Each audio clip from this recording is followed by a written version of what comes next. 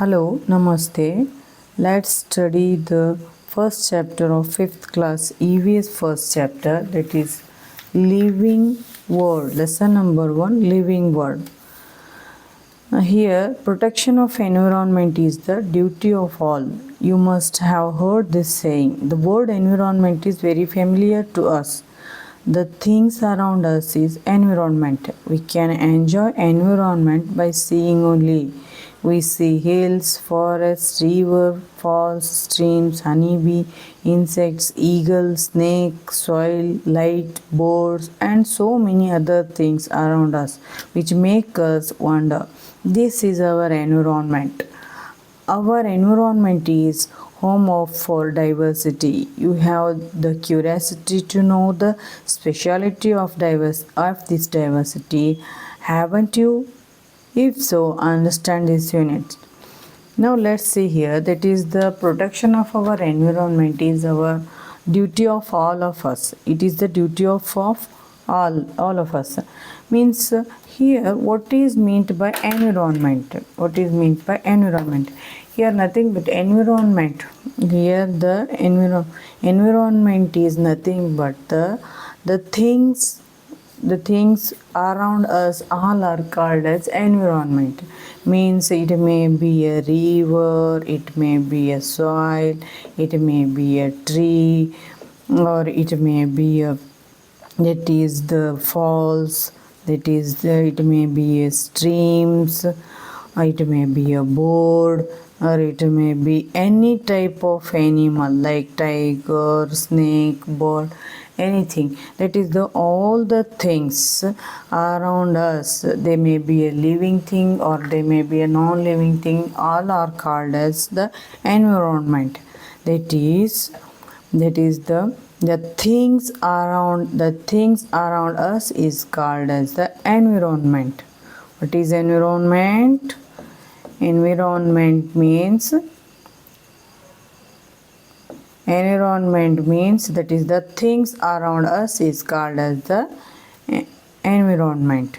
In Kannada means it is called parisara. What is meant by parisara? That is the ನಮ್ಮ ಸುತ್ತಮುತ್ತಲಿನ ವಾತಾವರಣವೇ ಪರಿಸರ. Means ನಮ್ಮ ಸುತ್ತಮುತ್ತಲಿನ ವಾತಾವರಣವನ್ನು ನಾವು ಪರಿಸರ ಅಂತ ಕರಿತೀವಿ. ನಾವು ಸಿ ಹಿಯರ್ ಈ ಪರಿಸರದಲ್ಲಿ ಏನಿರುತ್ತಪ್ಪ, ನನ್ನ ಸುತ್ತಮುತ್ತಲು ಬರೀ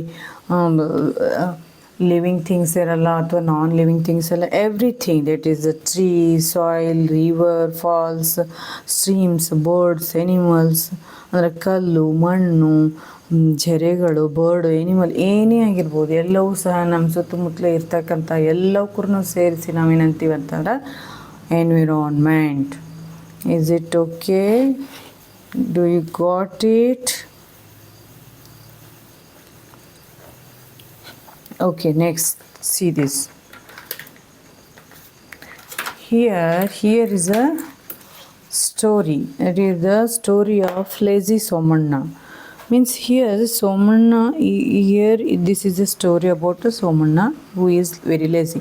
Somanna is a lazy person. Even though he owns a piece of land, he has not worked for a single day in his land. He used to live only by receiving what others gave him. He was very fond of groundnuts, especially fried groundnuts. Once, while eating fried groundnuts, he got an idea.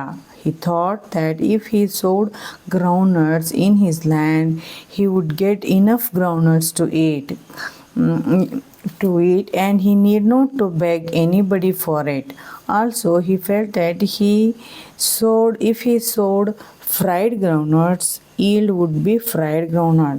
So there would be no need to fry the groundnuts. Now, knowing the type of seeds to be sown, Somanna started sowing fried groundnuts from the next day itself. Seeing Somanna working in his land, the neighboring farmers were very happy that Somanna had shed his laziness. Finally, days passed, plants grew, and greenery was everywhere, but not a single plant appeared in Somanna's land. Now see here, what is the here is the story about Somanna, that is who is very lazy. That is whose story? That is this is the Somanna's story, and who is very lazy. And this Somanna has a land. He has a land, but he never worked for a single day in this land. He only, that is Somanna only used to beg to other people for to eat. And he's one thing, that is he is very fond of groundnuts. That is, he is very fond of groundnuts, and that to be the fried groundnuts. He is very fond of fried groundnuts. And once he thought that is, if he sow his own sow groundnuts in his own land, then there is no need to beg to others. And he also thought that if he sow the fried groundnuts, that is, there is no need to fry the groundnuts, because he is going to yield the fried groundnuts. Then he started working in his land, that is sowing the fried groundnuts. And all his neighboring landowners are very happy. That is, finally the Somanna has left his laziness, and he sowed his fried groundnuts in his land. And then after few days, in every neighboring lands there are the green plants, and they got the yields. But there is no single plant in Somanna's land. Do you know why this? What happened to his land? Do you know why he is not get any kind of land? Now see here. Here is a one question. If you got answer for this question, you are going to understand why Somanna didn't get any plant in his land. See here, you have read the story. Why did plants not grow in Somanna's land? Means here Somanna land ಅಲ್ಲಿ ನಮಗೆ ಒಂದು plant ಬರಲಿಲ್ಲ. ಯಾಕೆ ಬರಲಿಲ್ಲ? Why? What happened? Now see here, when Somanna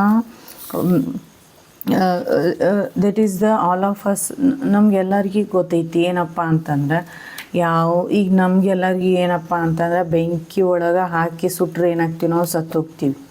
ಹೌದಾ? Means living things, means ಜೀವಿರ್ತಕ್ಕಂಥ ಥಿಂಗ್ಸ್ಗಳನ್ನು ಯಾವ್ಕರನ್ನೇ ಆಗಲಿ ನಾವು ಸುಟ್ರೆ ಅವು ಸತ್ತೋಗ್ತಾವೆ. ಅದರಲ್ಲಿರ್ತಕ್ಕಂಥ ಜೀವ ಸತ್ತೋಗ್ತದೆ. Means that is in that fried groundnut there is no life.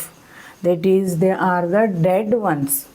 That's why when the Somanna sowed the fried groundnuts, means that is the dead groundnuts cannot grow. That's why Somanna didn't got any plant in his land. Do you got this story? Okay, let's move further. It is here means here they have given that only. That is, the raw groundnuts have the characteristics needed to grow in a plant. It is called living component. In fried groundnuts, the living component is destroyed. Means in fried groundnut there is no the living component is there, because that is the fried groundnuts are dead. Now it is called as the non-living things. Means which thing is not able to grow, it is called as the non-living thing. Means it is the non-living state only. Now see, in the environment there are living beings which have the living characteristics, and non-living beings which do not have the living characters. Means in environment we have both the things. That is, some things are having the living characters, and some other things are having the non-living characters. Now how can we understand which is the living thing and which one is the non-living thing? Let's try to understand this with this activity. Now here is the one table has given, means and you have to put the right marks whichever the characters this thing is having. Here is a mouse. Here, that is the components of the environment. That is, mouse is there, mango tree is there, bricks is there, clock is there, and butterfly. And the characters, that is growth, eating food, movement, respiration, excretion, response to stimulus, reproduction. Now see here, is it mouse grow? Is it mouse can show the growth? Yes, it can grow. So, and is it mouse eat something food? Yes, it eats food. And can it move? Yes, it move. Can mouse respire? Yes, it shows the respiration. And it also excrete the waste materials from its body, and it also shows the stimulus to our body, and it also reproduces. Means this mouse is a living thing. Means this mouse is a living thing. And here is there the mango tree is there. A mango tree, it can grow? Yes, it can grow. It can grow and it eats the food, means it can take the means the trees cannot eat food. They can prepare their food in their own body only by taking the raw materials from their environment. They can prepare their food, means they can eat the food only.